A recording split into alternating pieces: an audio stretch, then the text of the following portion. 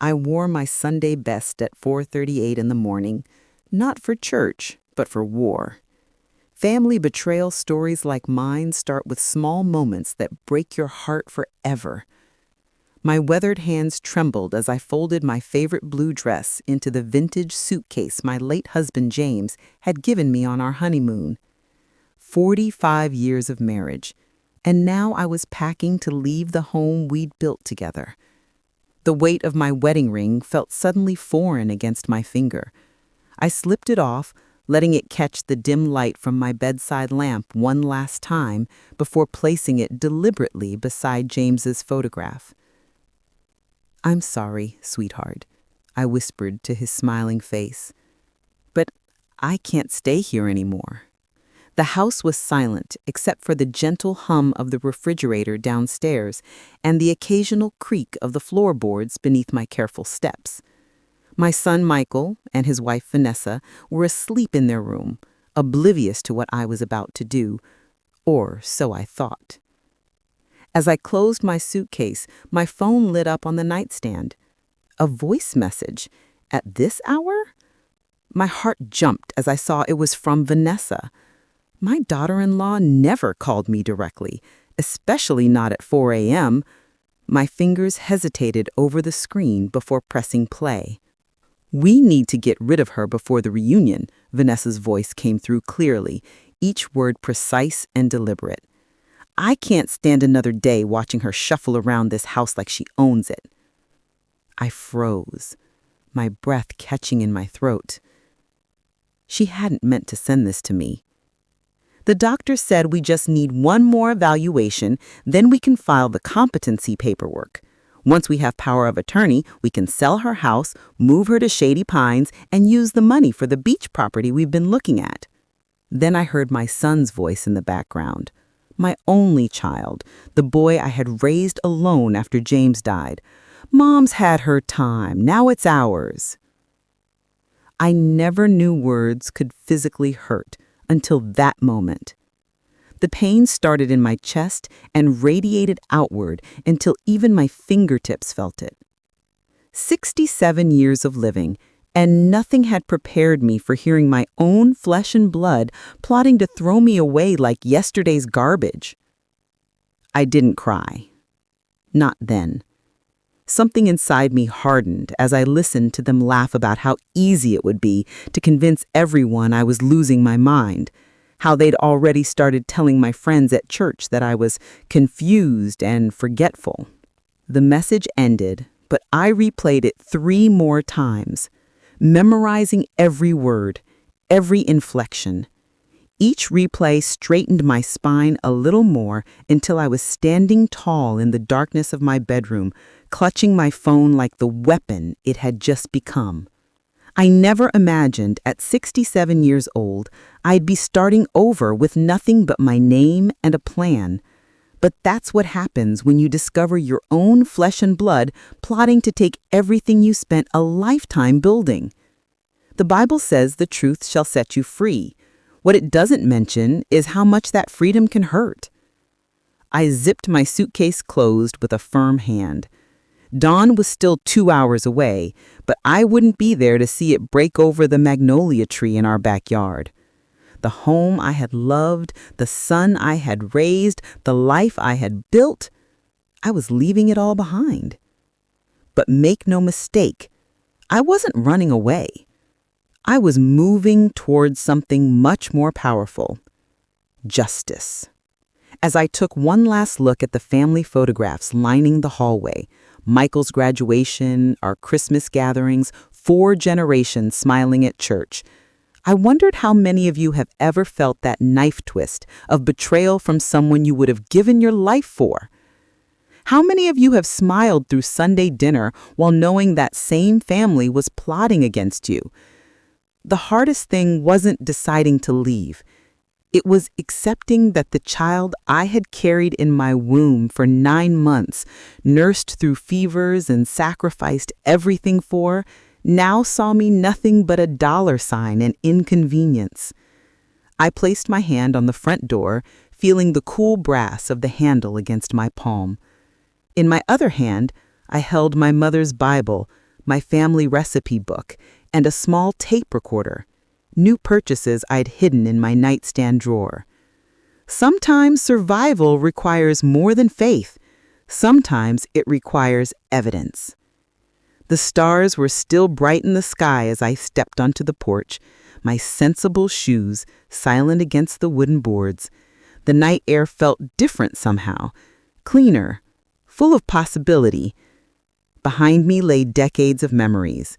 Ahead of me lay uncertainty, but also the chance to write my own ending to this story. Where are you watching from tonight? Have you ever had to walk away from everything you love to save yourself? Because that's exactly what I did that early morning. And what happened next would change everything. Let me tell you about my family before everything fell apart. My name is Eleanor Williams. For 45 years, I was Mrs. James Williams, wife to the most reliable mail carrier Jefferson County ever knew. James walked the same route for 37 years, rain or shine, knowing every family by name. When he passed 3 years ago from heart failure, over 200 people came to his funeral. A man who delivered more than mail, Pastor Williams said at the service. He delivered dignity and respect to everyone he met. James left me our home, paid off, thank the Lord, and enough insurance money to live modestly but comfortably. He also left me our only son, Michael. Michael always had ambition. Even as a boy, he collected aluminum cans to save for his first bicycle instead of waiting for Christmas. That drive took him through college on scholarships and into real estate, where his smile and his daddy's good name opened doors. At 38, he had the corner office, the luxury car, and the kind of success that made my heart swell with pride each time I bragged about him at church. 4 years ago, he brought home Vanessa for Sunday dinner. "She's special, Mama," he whispered while she used the bathroom. "Different from the others." Different she was.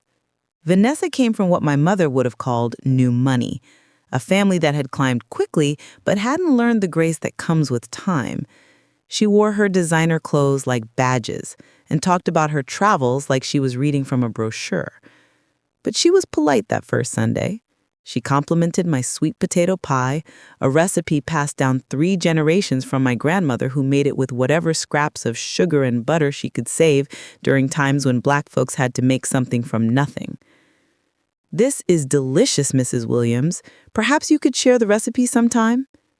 I remember how James squeezed my hand under the table, his silent way of saying, "She'll do." The wedding was elaborate, more show than substance. I wore blue and sat in the front row watching my son marry a woman who looked at him with calculation rather than adoration. But mothers don't get to choose for their sons. We just pray we've raised them with enough sense to choose wisely for themselves. For the first year after James died, Vanessa maintained her performance. She'd call occasionally, accompany Michael to Sunday dinners, even bring me flowers on my birthday.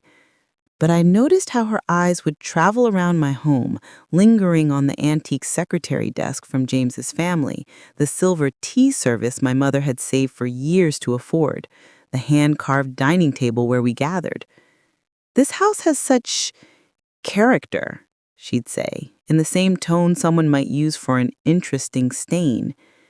After James's funeral, something shifted. The mask slipped. Those Sunday visits became less frequent. When they did come, Vanessa would make small comments. "Eleanor, have you thought about updating these curtains? They're so vintage." "This neighborhood has really changed, hasn't it? So many vacant houses now." My neighborhood, Glenwood Heights, had been a proud Black community since the 1960s. Yes, some younger folks had moved away, but those vacant houses she mentioned were homes where I could name every family that had ever lived there, where I served as surrogate grandmother to children whose own grandmothers had moved on to glory. I was more than just a resident of Glenwood Heights. I was its memory keeper. As church treasurer for 40 decades, I knew every family's blessings and struggles. My sweet potato pies raised money for every funeral, scholarship fund, and building repair. The young mothers came to my back porch for advice on colicky babies and unfaithful husbands. The old men stopped by to share news and debate politics with James, even after he was gone. "You're the heartbeat of this community, Eleanor," Sister Gladys told me just last month as we counted the collection money. "Don't know what we'd do without you." I began to notice the look, a silent exchange between Michael and Vanessa during family gatherings. When I'd mention planting my spring garden, when I'd talk about repainting the porch, when I'd discuss the church's plans for the new youth center, a quick glance loaded with meaning I couldn't decipher but felt in my bones wasn't right. The first time Michael mentioned me slowing down, I laughed it off. "Boy, I was up at 5 making biscuits while you were still dreaming. Don't talk to me about slowing down." The second time, after I misplaced my reading glasses, which Vanessa later found in the refrigerator where I know I never put them, his concern seemed excessive. "Maybe we should talk about getting you some help around the house, Mama." Small moments, tiny paper cuts to my dignity that I brushed aside out of love for my son. When Vanessa began asking about my financial arrangements, had I updated my will after James died? Was the house in my name only? Did I have powers of attorney in place? I told myself she was being practical, modern, looking out for my interests. Looking back, I should have seen the signs when Vanessa started asking about my mortgage papers. But sometimes the people closest to you are the last ones you expect to betray you. Looking back, I should have seen the signs when Vanessa started asking about my mortgage papers. But sometimes the people closest to you are the last ones you expect to betray you. It happened 3 months before that fateful morning. I was tending to my azaleas when Michael and Vanessa pulled into my driveway in their shiny black SUV. They rarely visited unannounced. "Mama, those flowers look beautiful," Michael said, kissing my cheek. His cologne was expensive, unfamiliar. "You've always had the greenest thumb in Jefferson County." Vanessa hung back, scrolling through her phone. "The yard looks quaint," she finally offered, not looking up. Over sweet tea on the porch, the same porch where I'd rocked Michael as a colicky baby, where I'd comforted him through his first heartbreak, where James and I had watched countless sunsets, they laid out their proposal. "The foundation is settling, Mama," Michael said, his voice full of rehearsed concern. "The electrical needs updating. It's just not safe anymore." Vanessa nodded enthusiastically. "We've already spoken to contractors. They said it could take weeks, maybe months." "I appreciate your concern," I replied carefully, "but this house has stood for 60 years. I'm sure it can wait until I've saved enough." "That's why we want you to move in with us," Michael interrupted. "Just temporarily, while the renovations happen." My teacup nearly slipped from my hand. "Move in with you?" "It makes perfect sense," Vanessa added, her smile not quite reaching her eyes. "We shouldn't have to pay for a hotel, and we have that spare room just sitting empty." Something cold settled in my stomach. I don't know. I've got my routines here, my garden, my church is just down the street. "First Baptist is only 20 minutes from our house," Michael countered. "But Pastor Williams knows when I'm missing from my pew. Sister Gladys brings me her peach cobbler every Thursday. Mrs. Jenkins and I walk together every morning." I gestured down the street. "This neighborhood raised me. Everyone knows whose grandchild belongs to who." Michael's expression hardened slightly. "Mama, it's about family duty. Remember what Daddy always said? Family comes first." Oh, how those words wrapped around my heart like barbed wire. James had indeed said that, but he'd meant it as protection, not manipulation. Still, hearing my late husband's words from my son's mouth made my resolve weaken. "Would you rather stay here and risk the ceiling falling in on you?" Vanessa asked, her tone suggesting I was being unreasonable. "What would Michael do if something happened to you?" Have you ever said yes to something your spirit was screaming no about, just to keep peace in the family? 2 weeks later, they arrived with the moving truck. I'd agreed to just a few months while they arranged the renovations. Michael hired the movers himself, young men who didn't know which items held memories and which were just things. "Be careful with that cedar chest," I called out as they hefted it carelessly. "My grandmother built that during Reconstruction." Vanessa appeared beside me, placing a hand on my shoulder that felt more restraining than comforting. "Don't worry about the furniture, Eleanor. We can always replace anything that gets damaged." Replace. As if the chest that has survived slavery, war, and Jim Crow was interchangeable with something from a department store. While the movers emptied my home of 67 years of living, I noticed Vanessa circling through the rooms, taking photos with her phone. She lingered over my silver tea service, the antique clock from James's mother, the hand-stitched quilt that had covered our marriage bed. "For insurance," she explained when she caught me watching. Later, as I took one final walk through my empty house, I overheard Vanessa in the kitchen, her voice low but clear through the thin walls. "Phase 1 complete. She's moving in next Saturday. The contractor says he can start assessing the property on Monday." My heart stuttered. There was something in her tone, something calculated, that made me pause at the doorway. But Michael appeared then, urging me toward the car with a box of my photo albums. "Come on, Mama. Time to go." As we pulled away, I watched my home shrink in the side mirror until it disappeared around the corner. Something told me I wouldn't be coming back in just a few months. Michael and Vanessa's house stood in one of those new developments where every home looks identical. Beige boxes with manicured lawns that never felt the touch of children's bare feet or the impression of a Sunday afternoon nap blanket. No character, no soul, no history. "We've set up the basement for you," Vanessa announced, leading me down a narrow staircase. "It's more private this way." The basement, where they kept their Christmas decorations and exercise equipment they never used.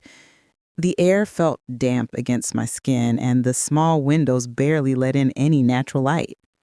My beautiful bedroom furniture looked cramped and out of place against the stark white walls. "We thought you'd be more comfortable with your own things around you," Michael said, not meeting my eyes. "My own things. In a basement, away from view."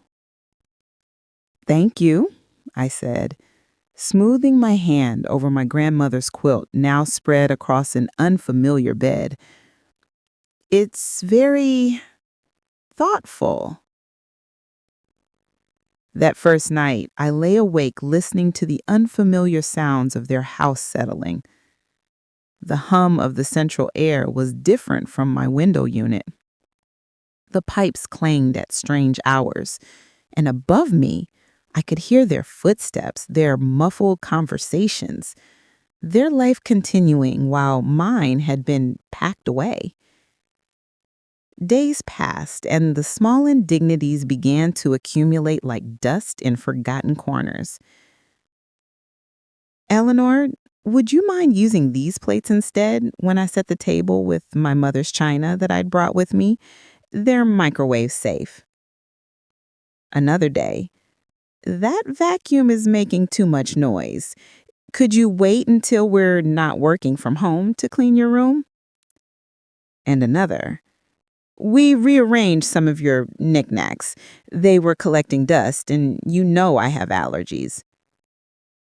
My knickknacks, the carved wooden bird James had made me for our anniversary, the clay handprint Michael had made in kindergarten, the crystal vase my mother had saved for years to buy me as a wedding gift. Sundays brought temporary relief. I would wake early, my hands remembering their purpose, as I prepared the meals Michael had grown up loving. Fried chicken with skin so crisp it sang when you bit into it. Collard greens simmered with smoked turkey necks. Macaroni and cheese with a crust that made you close your eyes and reverence. "Mama, that smells amazing," Michael would say, momentarily transformed back into my boy. But Vanessa would wrinkle her nose. "All that frying isn't good for anyone's cholesterol, Eleanor, and the sodium in those greens. Have you considered steaming them instead? Each Sunday, she'd pick at her small portion while scrolling through her phone, occasionally showing Michael pictures of what she called clean eating, sad, pale foods without history or comfort. Michael grew more distant with each passing week. When I'd mention a strange noise from the pipes or ask when the contractor might let me visit my house to check progress, he'd sigh heavily. Mama, we've got it handled. Don't you trust me? Trust. What a weapon that word became. The change in my son frightened me more than anything. The boy who once brought me wildflowers just because it was Tuesday now barely met my eyes across the dinner table. When had his voice developed that edge of impatience? When had his shoulders started to tense at the sound of my footsteps? I knew something wasn't right when I found my late husband's watch missing from my jewelry box. But when I asked about it, Vanessa looked me straight in the eyes and said, "Are you sure you brought it? You've been so forgetful lately." Forgetful. The word hung between us like an accusation. "I'm not forgetful," I said firmly. "James's watch was in this velvet pouch. I unpacked it myself." Vanessa exchanged a look with Michael, that look I'd come to dread. "Mom," Michael said gently, using the tone one might use with a confused child. "Mom, you told us last week that you were keeping the watch at the bank, in your safe deposit box. Remember?" I had said no such thing. The watch hadn't left my possession since James placed it in my hands on his deathbed, making me promise to give it to Michael when he was ready. Something told me he wasn't ready now, might never be. But the seeds of doubt had been planted. In whose mind? Theirs about me, or mine about them? That night, I started keeping a journal hidden inside my Bible, the one place I knew Vanessa would never look. The third week in Michael and Vanessa's house, the visitors began. I was reading in my basement room when Vanessa called down, her voice syrupy sweet. "Eleanor, could you come up? We have a guest I'd like you to meet." Upstairs, a gray-haired man with wire-rimmed glasses sat at the dining table. He stood when I entered, extending his hand with a practiced smile. "Mrs. Williams, I'm Dr. Grayson. Your son thought it might be good for me to check in with you." I glanced at Michael, who wouldn't meet my eyes. "Check in? I'm not sick."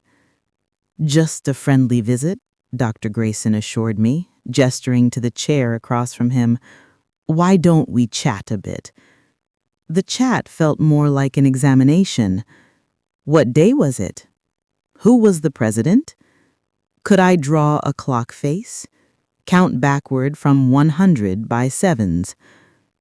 "Dr. Grayson specializes in geriatric care," Vanessa explained, hovering nearby, "especially memory issues." Memory issues. The words landed like stones. "My memory is perfectly fine," I said firmly. "I don't need a specialist." Later, I overheard them in the kitchen. "Early signs," the doctor murmured. "Resistance is common. Denial." The next visitor came 3 days later, a woman in a charcoal suit with a leather portfolio. I was reading Vanessa's neglected flower beds when they called me inside. "This is Miss Porter from Westfield Law. Just some routine insurance paperwork that needs updating since Dad passed." The papers she slid across the table were anything but routine. Power of attorney forms, healthcare directives, property transfers. "I don't understand why I need to sign these now," I said, not touching the pen Vanessa eagerly pushed toward me. "It's just precautionary, Mrs. Williams," Miss Porter explained with practiced patience. in case decisions need to be made quickly in an emergency. I remembered James's voice, clear as day. Never sign anything you don't fully understand, Ellie, not even if it comes from family. Especially if it comes from family. I'll need time to read these, I said, gathering the papers, and maybe discuss them with Pastor Williams. Michael's jaw tightened. Mama, Pastor Williams isn't a lawyer. This is family business. Family business. The same excuse used for generations to hide uncomfortable truths. I took the papers to my room, locked the door, and read every word. They wanted control of my money, my house, my life, my future. That night I slept with the papers under my mattress. The next morning they were gone. I put them in my office for safekeeping. Wouldn't want them to get lost. The most disturbing incident happened during what Vanessa called my afternoon rest.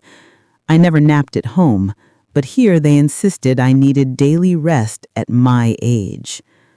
I woke to the sound of a tape measure snapping.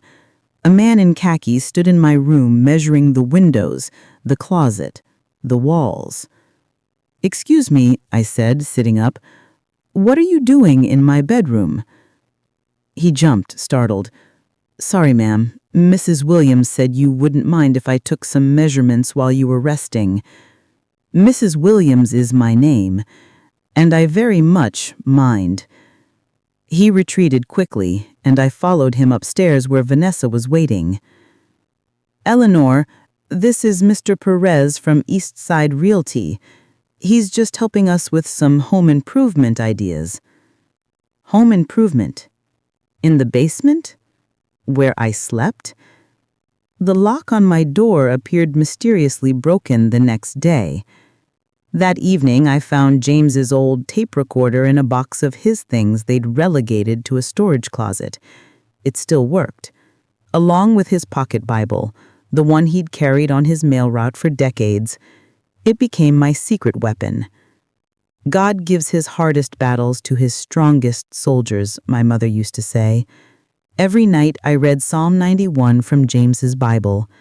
He who dwells in the shelter of the Most High will rest in the shadow of the Almighty. I began keeping detailed records: date, time, what was said, who was present. The recorder hidden in my cardigan captured conversations they thought I couldn't hear. Michael and Vanessa on the patio. "The doctor says we need more documentation before filing the papers." Vanessa on the phone. "The property assessment came back higher than we expected. We could list it by summer if everything goes according to plan." I documented the small things too. How they'd remind me of conversations we never had. How my mail mysteriously disappeared. How they'd ask me the same question repeatedly, then exchange worried glances when my answers remained consistent. If you've ever had that feeling in your gut that something wasn't right, but everyone told you were overreacting, leave a comment. Sometimes we need to know we're not alone in our struggles. One afternoon, while they were at work, I searched Vanessa's home office. I told myself it wasn't snooping, it was survival. The filing cabinet yielded nothing, but the desk drawer had a false bottom. My fingers trembled as I lifted it. There, in crisp black and white, was a medical assessment form. Patient name, Eleanor Williams, at the top. Boxes checked for disorientation, memory loss, and difficulty managing finances. A diagnosis, in bold, early stage dementia, and at the bottom, my signature. Perfect in every stroke except it wasn't mine. I stared at this forgery, this theft of my identity, while blood rushed in my ears. I'd raised my son to be honest above all else. Now he was falsifying medical documents to take everything from me. The front door opened downstairs. They were home early. I slipped the forged medical document into my Bible and closed Vanessa's desk drawer just as footsteps sounded on the stairs. My heart hammered against my ribs as I moved quickly to the kitchen, grabbing a glass of water to explain my presence upstairs if caught. "Eleanor, what are you doing up here?" Vanessa asked, her designer handbag dangling from her wrist. "Just getting some water," I replied, lifting my glass with a steady hand that betrayed nothing of the storm inside me. "How was your day, dear?" For 2 weeks after finding that document, I performed the role they expected, slightly confused, increasingly dependent, gradually accepting their help with decisions, all while documenting everything, building my case silently. Then came the night that changed everything. It was nearly midnight. I'd been asleep for hours when my phone buzzed on the nightstand. The screen illuminated the darkness of my basement room. A voice message from Vanessa. Strange. She never called me directly, especially not at this hour. I tapped play and held the phone to my ear, expecting perhaps a reminder about a doctor's appointment or some household matter. What I heard instead froze the blood in my veins. "Michael, I just left Dr. Grayson's office. He says we have enough documentation now to file for emergency guardianship. His report will state that your mother shows clear signs of cognitive decline and can no longer make sound financial decisions." My fingers tightened around the phone. "Once we have guardianship, we can liquidate her assets. The real estate agent says her house could sell for at least $300,000 in this market, even with the outdated kitchen. That's more than enough for the beach house down payment and to cover the minimum care at Shady Pines." Shady Pines, the state-run nursing facility on the edge of town, the place where people went when they had no family, no money, no options. I'm so tired of tiptoeing around her, checking her mail before she sees it, hiding her key so she doesn't try to drive, listening to those endless stories about your father and that neighborhood. 2 more weeks, baby. 2 more weeks and we never have to pretend again. I sat up in bed, my nightgown damp with cold sweat.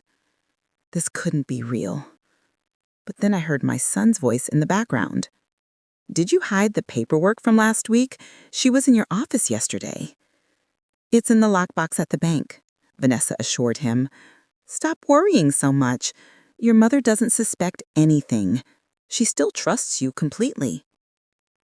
Then my son, my only child, laughed. A short, dismissive sound I'd never heard from him before. Mom's had her time. Now it's ours. The phone slipped from my fingers, landing on the quilt my grandmother had made. My chest tightened until I couldn't breathe. The taste of bile rose in my throat. I stumbled to the small bathroom, barely making it before emptying my stomach. Cold water on my face didn't wash away what I'd heard. My knees buckled as I lowered myself to the bathroom floor, the chill of the tiles seeping through my nightgown. They were going to declare me incompetent, sell my home, discard me in a facility while they enjoyed the proceeds from my life's work. My son, whom I carried beneath my heart for 9 months, nursed through measles, worked 2 jobs to put through college, saw me as nothing but a means to a beach house. My hands shook as I replayed the message, recording it on James's old tape recorder as evidence. Each word cut deeper than the last. My first instinct was to call Sister Ruthie from church. We'd been friends for 40 years. She'd hold my hand, pray with me, help me figure out what to do. But generations of Black motherhood whispered in my ear, family business stays in family.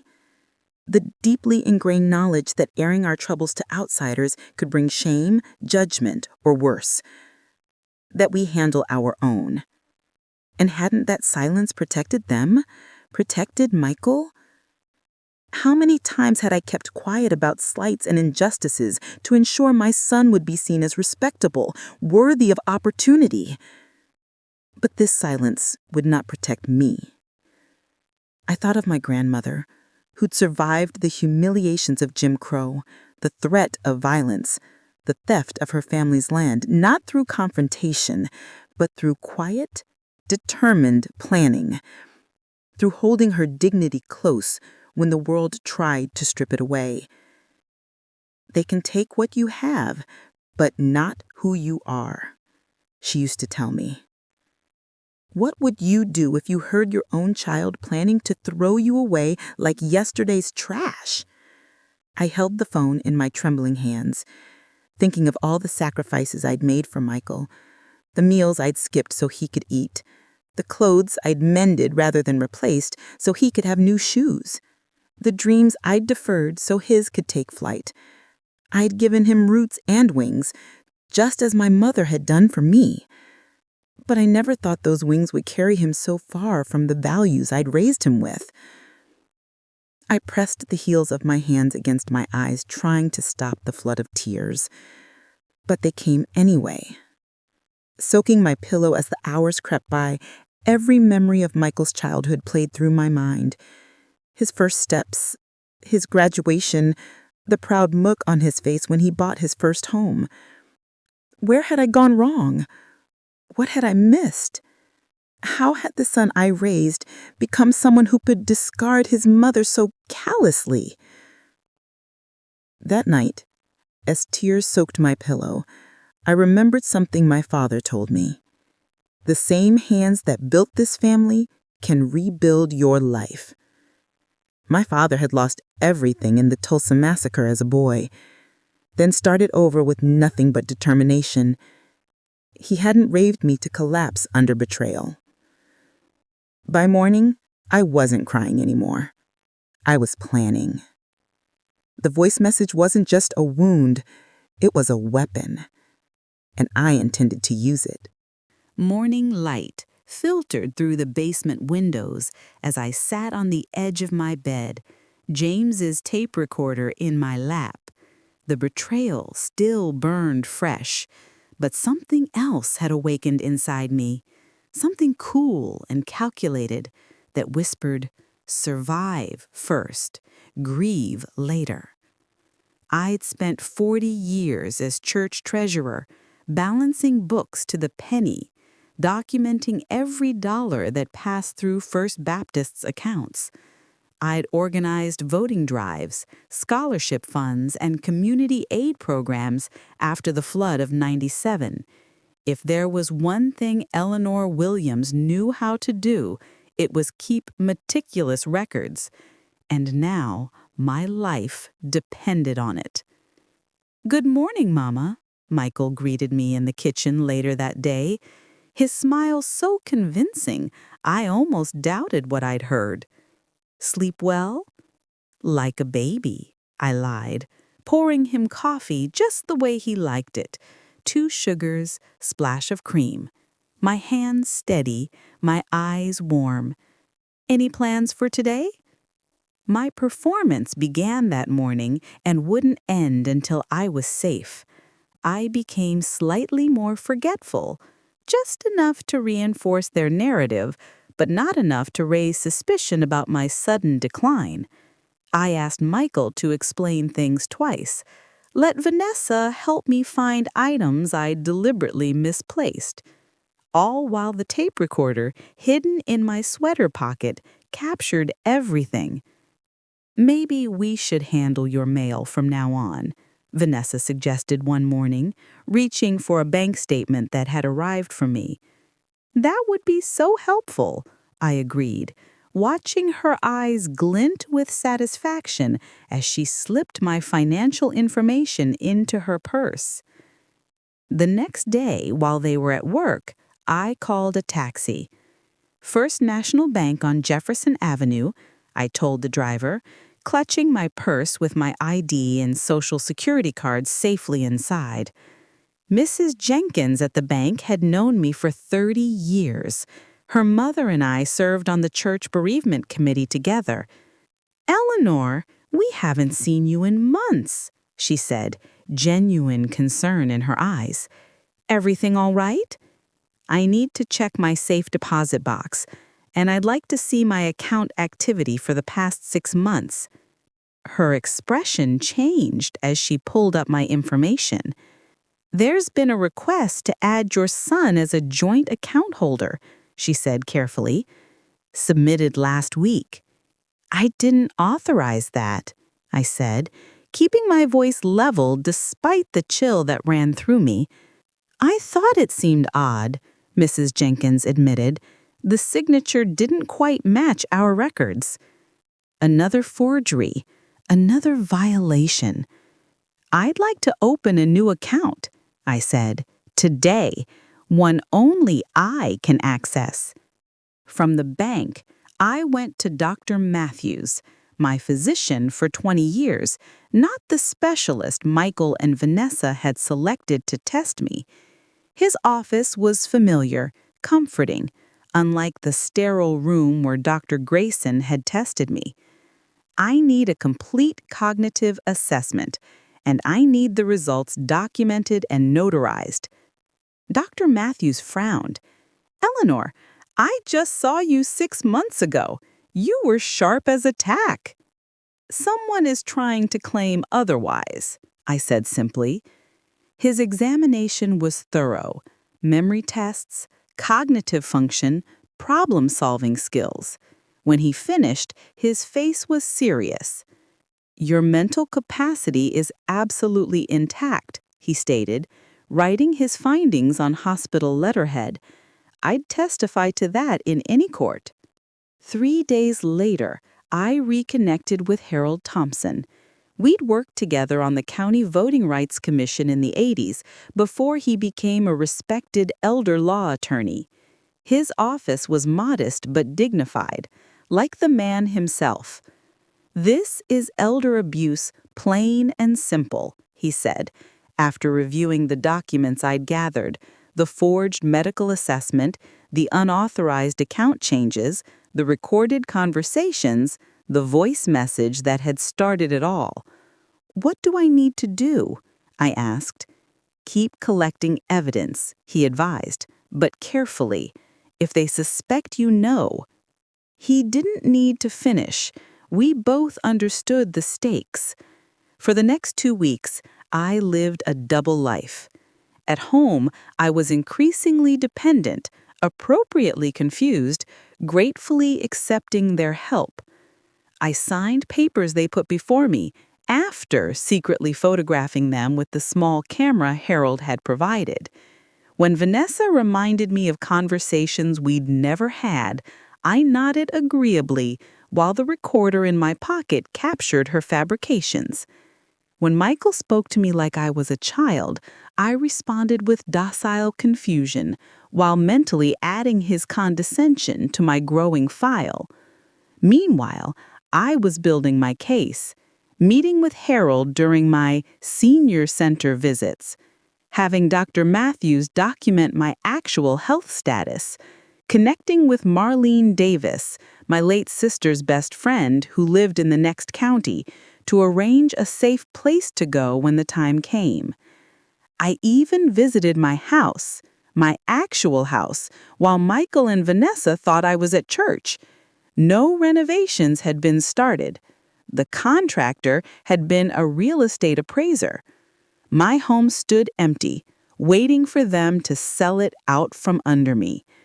I took photos of its untouched condition, adding them to my evidence file. The hardest part wasn't collecting the evidence. It was sitting across the dinner table from my only child, breaking bread with him, knowing he was planning to break me. The date was circled on my mental calendar for weeks, March 15th. 3 days before the guardianship hearing I wasn't supposed to know about. 3 days before they would legally strip me of my personhood. My preparation had been methodical. Every Tuesday for 6 weeks, I'd withdrawn $200 from my new secret account, small enough not to trigger alerts, large enough to accumulate what I'd need.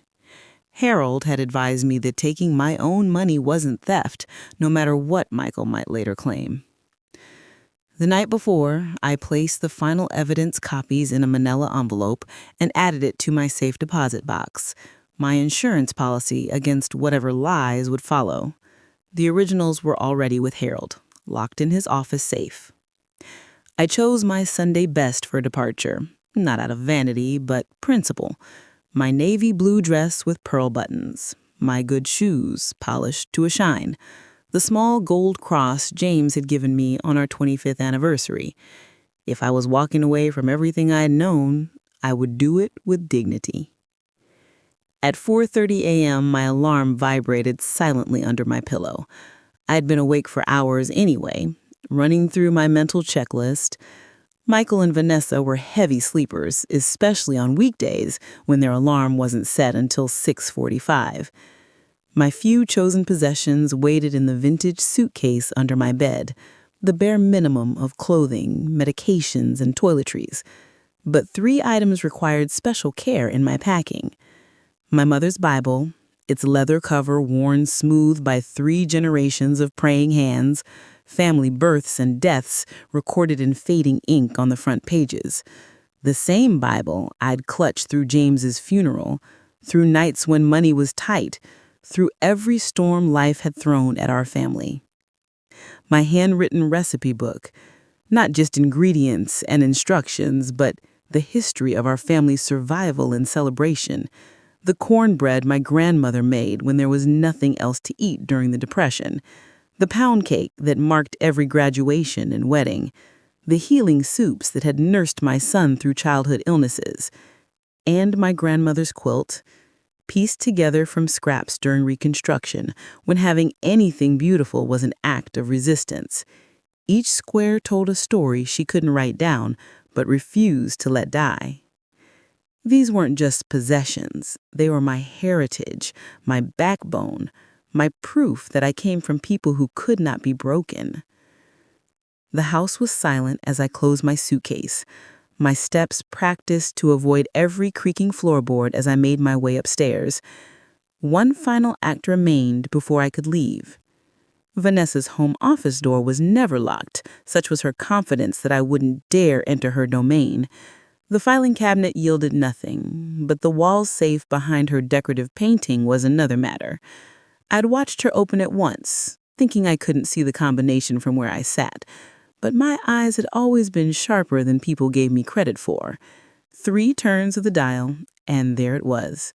The deed to my house, the official title bearing only my name, the document they would need to sell my home out from under me. I slipped it into my purse alongside James's tape recorder, filled with their damning conversations. On the kitchen counter, I left a note in my steady handwriting. Gone to see about my future. Don't worry about me like I worried about you. Let them make of that what they would. With my suitcase in one hand and my purse clutched firmly in the other, I took one last look at the photographs on their hallway wall. My gaze lingered on Michael's graduation picture, his smile so proud, his future so bright. The son I had raised versus the man he had become. Both real, both mine to reckon with. I love you, I whispered to his image, but I love myself too. The pre-dawn air felt clean against my face as I stepped onto the porch. The taxi Harold had arranged waited at the curb, its driver discreetly looking away as I settled my belongings in the back seat. Greyhound Station, I instructed, my voice steady despite the weight in my chest. As we pulled away, I didn't look back at the house where my son slept, dreaming of the beach property my life savings would buy him. I looked forward toward the pale pink line of dawn breaking on the horizon. If you believe every woman deserves the dignity of controlling her own destiny, hit that like button right now. The keys to my house remained in my purse, not because I planned to return, but because they were mine to keep or give away, just like my life. What Michael and Vanessa didn't know is that I wasn't running away. I was running toward the greatest lesson they'd ever learn. The bus ride to Clayton County took 3 hours. I watched the familiar landscapes of my life recede and transform into rolling farmland, then the modest outskirts of Westfield. No one paid much attention to an elderly black woman traveling alone. We're often invisible that way. Sometimes invisibility is protection. Marlene Davis was waiting at the station, her silver-streaked braids pulled back in a bun, her posture still regal at 70. We'd been friends since our days at Spelman College in the 60s, when we'd marched for voting rights and studied by candlelight during all-night sessions. She'd been my late sister Evelyn's best friend, the godmother to my Michael, a constant in my life for 50 years. "You made it," she said simply, embracing me. "No questions in public. That was our agreement." Her home sat on the edge of town, a tidy brick ranch house with a garden that would make anyone jealous come summer. Inside, the scent of cinnamon and coffee wrapped around me like a familiar blanket. "I've got the guest room ready," she said, carrying my suitcase down the hallway. "Harold called, said everything went according to plan." "So far," I replied, setting my purse carefully on the kitchen table. "They won't discover I'm gone for another 2 hours." We'd planned every detail. Harold would accidentally run into Michael at the courthouse after the guardianship hearing, expressing surprise that he hadn't heard from me. By then, I'd be safely hidden, with my evidence secured and my next steps mapped out. "Let me fix you something to eat," Marlene offered, already moving toward the refrigerator. "You're too thin, Eleanor." That simple act of normal kindness, someone caring about my well-being without ulterior motives, broke something open inside me. The wall I'd built to contain my grief cracked, then crumbled. "He was going to throw me away, Marlene," I whispered, my voice catching. "My son, my baby boy." Marlene turned from the stove, saw my face, and was beside me in an instant. Her arms came around me as the first sob tore from my chest, raw, primal, the sound of a mother's heart breaking. "Let it out," she murmured, holding me as I wept. "You've been strong long enough."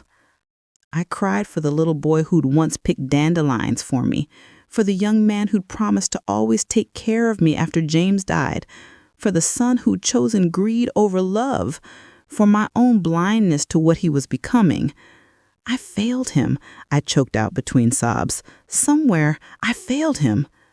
Marlene pulled back, her hands firm on my shoulders, eyes fierce with conviction. "No, Eleanor Williams, you did not fail that boy. He failed you. There's a difference." Later, after the storm had passed and I had washed my face, we sat at her kitchen table with mugs of strong coffee. The practical Marlene emerged, the woman who'd built her own accounting business from nothing after her husband left her with 2 small children. "You've got the evidence," she said. "You've got Harold. Now we need to get you stronger before the fight ahead." "Fight?" I repeated, exhausted from my emotional release. "You think those two are going to let a $3 million beach property dream go without a struggle?" Marlene asked, raising an eyebrow. "Child, please. We didn't march in Selma to back down from entitled youngsters who don't know what real struggle is." For the first time in weeks, I felt the corner of my mouth lift in something close to a smile. "Remember when we couldn't even open bank accounts without our husband's permission?" I asked. "Remember when they told us we were too emotional to make financial decisions?" Marlene countered, and we both shook our heads at how some battles kept finding new forms. Who's that one friend in your life who would hide you, feed you, and help you plan your comeback when the world turns against you? From the safety of Marlene's home, I watched my son's world begin to crumble. Harold called the morning after my departure. "They didn't show up for the guardianship hearing," he reported. "Judge Peterson was not pleased about the wasted court time." I said, picturing the scene, Michael finding my empty room, my careful note. "Oh, they discovered it all right," Harold confirmed. "Michael's been calling hospitals all morning. Vanessa filed a missing persons report with the police." The idea of my son genuinely worried about me created a brief flicker of hope in my chest. Had I misjudged him? Was there still a piece of my boy left inside the man who'd planned to discard me? That hope died when Harold continued. He told the police you're suffering from dementia and wandered off, said you're a danger to yourself.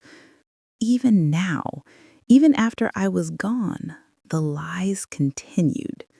I said, "It's time." Harold understood. We'd planned each step meticulously over cups of tea at Marlene's kitchen table.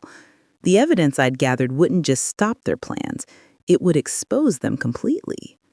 First came Pastor Williams.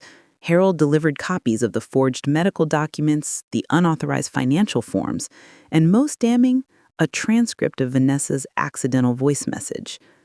I've known that boy since he was baptized, prayed over him when he had chickenpox, counseled him before his wedding. How could he do this to his own mother? The next Sunday, Pastor Williams delivered a sermon on Exodus 20:12, "Honor thy father and thy mother." Michael and Vanessa were conspicuously absent, but according to Sister Gladys, who called me immediately after service, every eye in the congregation knew exactly who the message was for. Church mothers who had known Michael since he was in diapers now crossed the street when they saw him coming. Nobody's saying your business outright, you know how we are, but everybody knows something terrible happened. The bank was next. Mrs. Jenkins received official notification from Harold about the fraudulent attempts to access my accounts. The bank's fraud department launched an investigation, freezing the joint accounts Michael had created using my forged signature. They came in yesterday, Mrs. Jenkins told me during one of our secure calls. Vanessa was demanding access to your funds for emergency care expenses. When I informed her those accounts were under investigation for fraud, she caused such a scene security had to escort her out. I felt no joy in these reports, only a hollow vindication. The son I'd raised would never have put me in this position. Somewhere along the way, he'd become someone I didn't recognize. By the end of the second week, the ripples had reached Michael's professional world. Harold made sure the president of the Real Estate Association received documentation of Michael's attempt to illegally sell property he didn't own, my house. His broker has put him on leave pending an ethics investigation, Harold reported. Several clients have pulled their listings. Marlene squeezed my hand as I absorbed this news. "You didn't do this to him, Eleanor," she reminded me. "He did this to himself." Still, each new development landed like a stone in my stomach. This was my child. His pain, even deserved, couldn't be separated from my own. The most unexpected call came from Vanessa's mother, a woman I'd met only at the wedding and a few holiday gatherings. "Eleanor," she said, her voice strained with embarrassment, "I need you to know I had no idea what they were planning. The way I raised my daughter—" "I understand," I told her, meaning it. What mother wants to believe her child capable of such calculation? "She's always been materialistic," her mother continued. "But this, trying to put you in a home, selling your property, I'm mortified." Through these scattered reports, I pieced together the unraveling of their lives, their carefully constructed plan dissolving like sugar and hot water. Michael had been calling my friends, his voice increasingly desperate as he claimed concern for my condition. But word had spread through the networks that bind the Black communities together. The church ladies, the neighborhood elders, the longtime family connections that no amount of money or education can replace. Each person he contacted already knew the truth. Each door he knocked on remained firmly closed. By the third week, Vanessa's carefully curated social media had gone silent. Her monthly dinner party was canceled. Their invitation to the city's Black Tie Charity Gala, the one she'd been talking about for months, was quietly rescinded. In our community, reputation isn't just about what you have, but who you are. The shame of elder abuse cut deeper than any financial penalty ever could. Michael came by the church yesterday, alone. He looked haunted. I closed my eyes, feeling the complex tangle of emotions that only a mother could understand. Satisfaction at justice served, Heartbreak that it had come to this. Harold's final move was the most strategic. With my authorization, he filed for a protective order and launched a formal elder abuse investigation through the district attorney's office. The police who had taken Vanessa's missing persons report now had a very different case to investigate. By the time they realized what was happening, the locks on my house had been changed, their access to my accounts revoked, and the elder abuse investigation was already underway. They're calling nonstop, Harold told me during our daily update, demanding to know where I am, threatening lawsuits. Michael keeps saying there's been a terrible misunderstanding? Has there? I asked quietly. Harold's voice softened. No, Eleanor. The only misunderstanding was yours, thinking your son would honor what you built. But that's over now. The day the investigation became public, Michael's broker dropped him completely. 3 of Vanessa's clients canceled their contracts.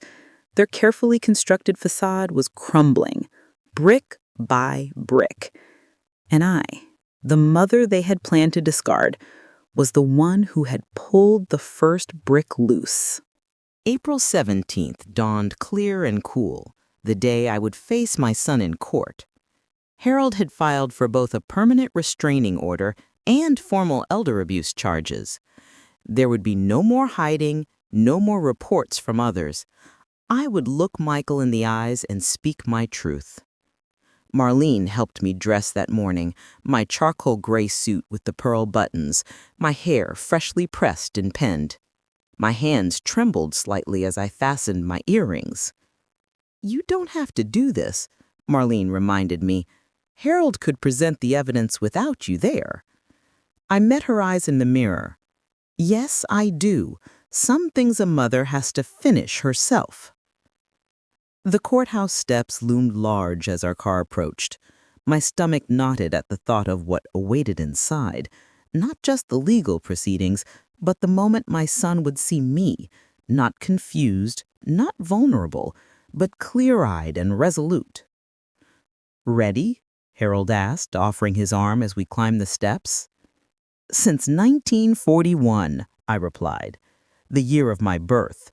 He smiled at that, understanding that I was calling on every year of my life to face this day. Inside, the courtroom was already filling. My breath caught when I saw the back 3 rows occupied by women from First Baptist, the church mothers in their pressed dresses and carefully pinned hats. They nodded solemnly as I entered. No smiles, no waves, just silent, dignified support. Several of the deacons stood against the back wall, arms crossed, their Sunday suits a testimony to the seriousness with which they viewed the proceedings. They had come not just for me, but for the principle, for the statement that in our community we don't discard our elders.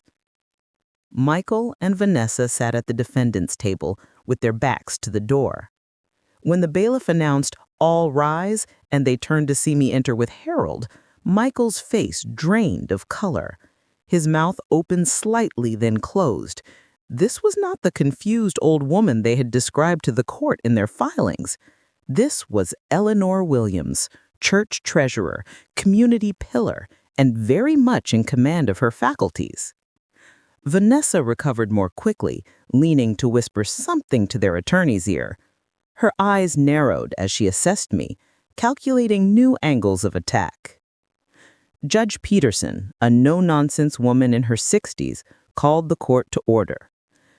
"We're here on case number 87452, Williams versus Williams, regarding allegations of elder abuse, attempted financial exploitation, and fraudulent misrepresentation."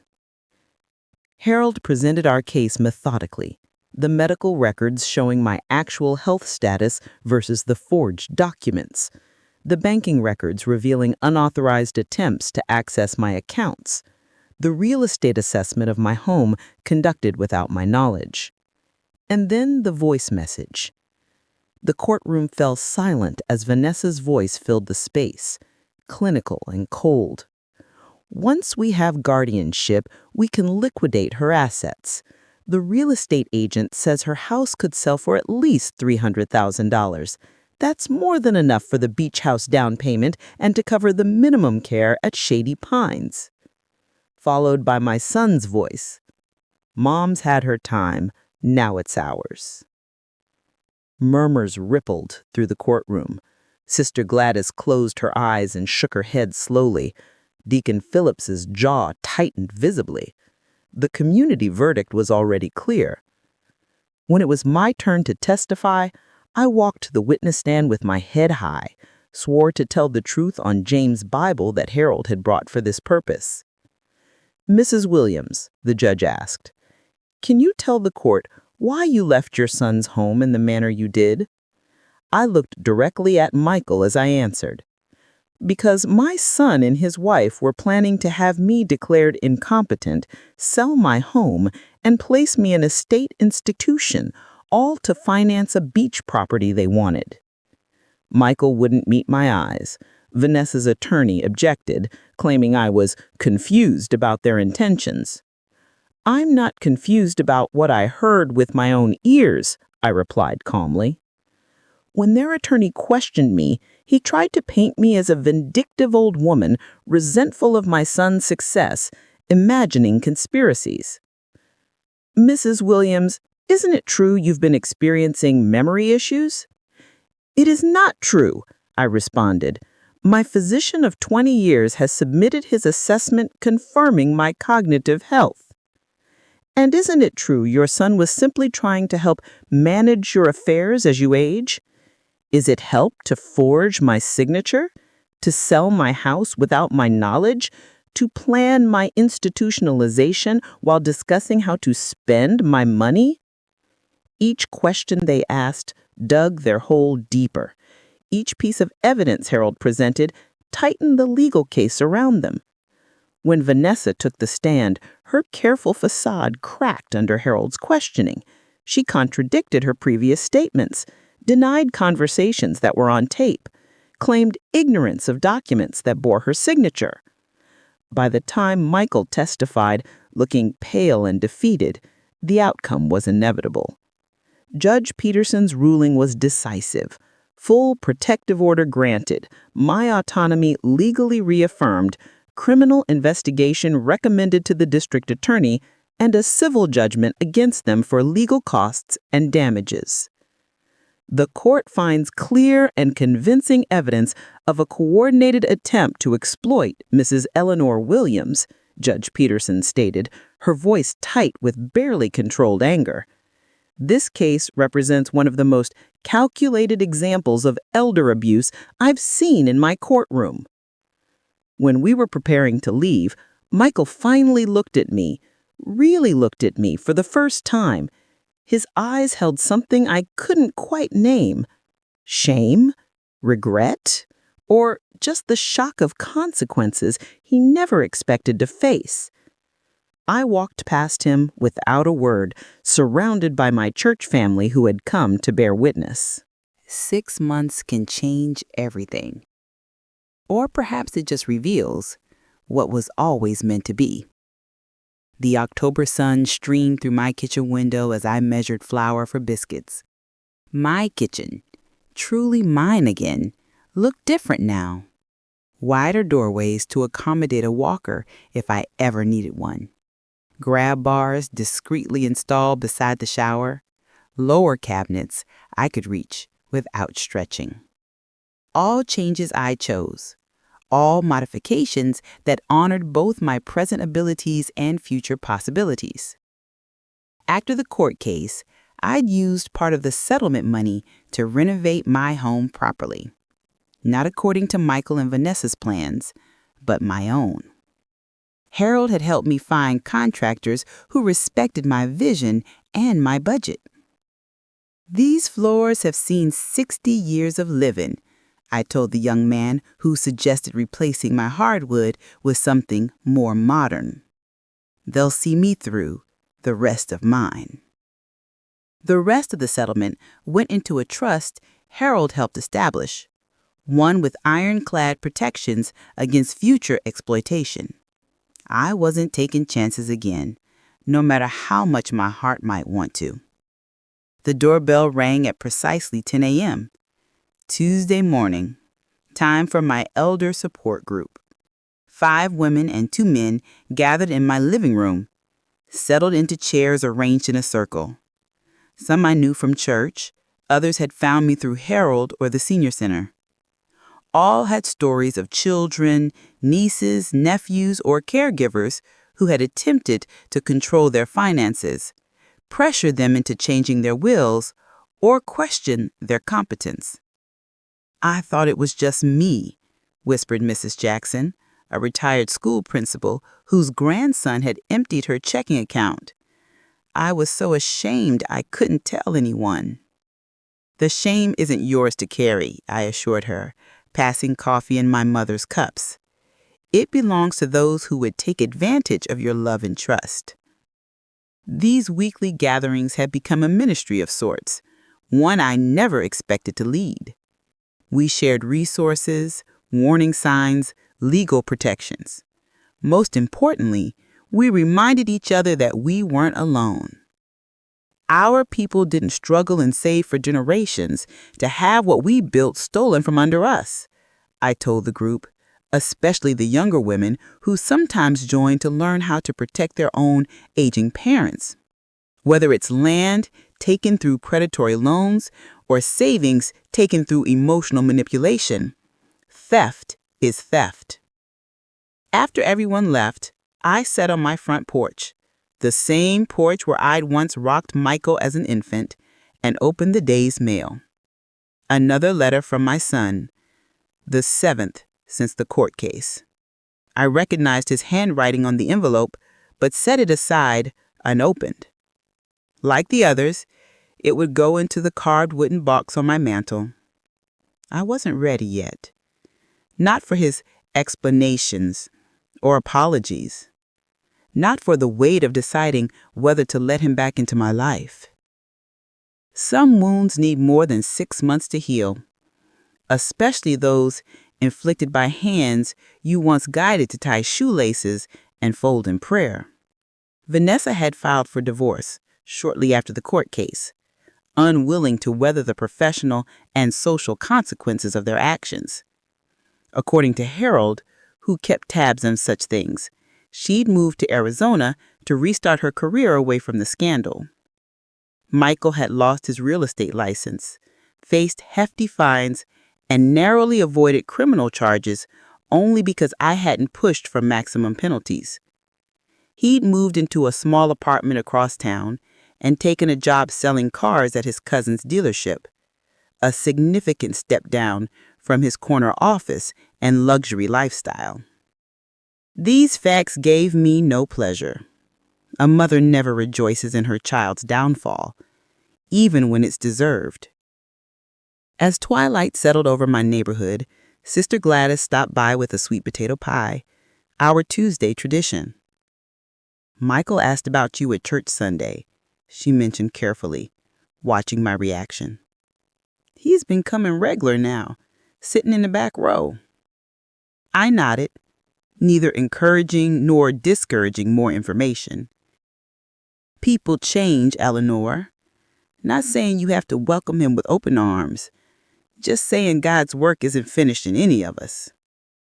Later, as I prepared for bed in my familiar bedroom, with now a walk-in shower and bedroom phone within reach, I glanced at the wooden box holding Michael's unopened letters. Maybe someday. But healing had its own timeline, and I was learning to honor mine. If this story helped you recognize the warning signs of elder exploitation, please share it with someone who needs to hear it. 1 year to the day after I left Michael and Vanessa's house before dawn, I sat at my kitchen table and opened the box of letters. 12 months of Michael's handwriting spread before me. Each envelope a step in his journey, each letter a piece of a conversation I hadn't been ready to have. The first letters were desperate, confused. "Mama, I don't understand why you won't talk to me. There's been a terrible misunderstanding." Then angry. Vanessa says you're just trying to punish us. You ruined everything we worked for." Gradually, the tone shifted to recognition. I keep hearing that voice message in my head. I don't even recognize who I was in that moment. And finally, to what appeared to be genuine remorse. "I have no right to ask for your forgiveness. What we planned to do was unforgivable. I just need you to know I see it now. How we betrayed you, how I betrayed everything you and Dad taught me." The most recent letter, dated just a week ago, was different. "I'm not asking to be your son again. I haven't earned that. I'm just asking for 5 minutes to apologize in person on whatever terms you set. After that, if you never want to see me again, I'll respect your decision." Marlene was visiting that weekend, sitting across from me as I read the final letter. "What are you thinking?" she asked me, her eyes gentle but probing. "I'm thinking about James, about what he would do." "James isn't here," Marlene reminded me. "This is your decision alone." 2 days later, I asked Pastor Williams to arrange a meeting, not at my home, but on neutral ground at the church. Not alone, but with him present, as both witness and spiritual guide. Michael arrived 15 minutes early, according to Pastor Williams. When I entered the church office, my son stood, thinner, grayer, his designer clothes replaced by a simple button-down shirt that needed ironing. "Mama," he said, his voice breaking on those 2 syllables. I nodded, but didn't embrace him. We sat across from each other, Pastor Williams a silent presence in the corner, offering prayer, but no interference. "I've read your letters," I began. "All of them."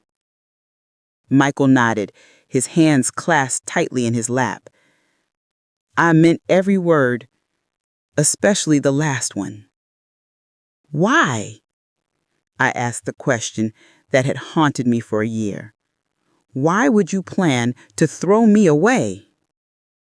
His eyes filled with tears, but I needed him to answer, not hide behind emotion. "Greed," he finally said. "Vanessa wanted things I couldn't afford. I wanted to impress her, to keep her. Then it became easy to convince ourselves you'd be better off in a facility, that we deserved your house more than you did." He looked up, meeting my eyes fully. "There's no excuse, Mama. None." We talked for an hour. My questions direct, his answers stripped of justification. I learned Vanessa had left him with most of their debt, that he was now in counseling, that he volunteered at the senior center partly as community service for the court case, but continued even after his required hours were complete. As our time ended, he asked, "Can we ever move forward from this?" I considered his question carefully before answering. "I forgave you for my sake, not yours. Rebuilding trust is your work to do, not mine to give." "Does that mean there's hope?" I corrected him. "It means there's a possibility. Sunday dinners aren't in our future yet, but maybe coffee, sometimes, with Pastor Williams or Sister Gladys present for now." It was a small opening, less than